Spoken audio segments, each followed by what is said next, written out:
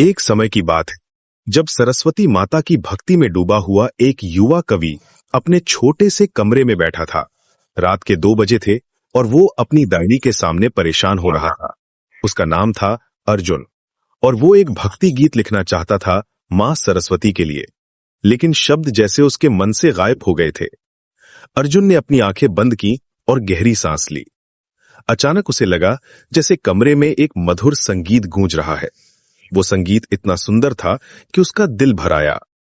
जब उसने आंखें खोली तो देखा कि उसके सामने एक सफेद कमल का फूल रखा है जो पहले वहां नहीं था। उस कमल से निकलती हुई खुशबू में जैसे मां सरस्वती का आशीर्वाद छुपा था। अर्जुन की उंगलियां अपने आप कलम की तरफ बढ़ीं और वो लिखने लगा। पहली पंक्ति आई, वीणा वादनी मां तुम्हारी जय हो, ज्ञान की देवी तुम्हारी जय हो।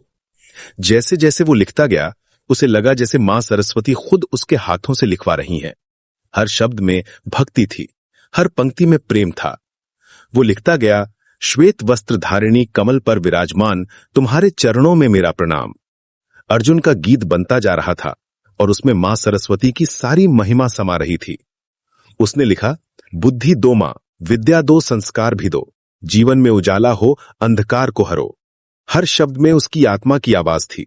जब सुबह हुई तो अर्जुन के पास एक पूरा भक्ति गीत तैयार था। वो गीत सिर्फ शब्दों का संग्रह नहीं था, बल्कि एक सच्चे भक्त के दिल की आवाज था। उसने उस गीत को अपने दोस्तों को सुनाया और सबके आंखों में आंसू आ गए। आज भी जब कोई व्यक्ति सच्चे मन से मां सरस्वती की भक्ति में डूबता है तो उसे वही अनुभव होता है जो अर्जुन को हुआ था। मां सरस्वती अपने भक्तों को कभी निराश नहीं करती। वो हमेशा उनके साथ होती हैं, उनकी बुद्धि को जगाती हैं और उनके जीवन में ज्ञान का प्रकाश भरती हैं।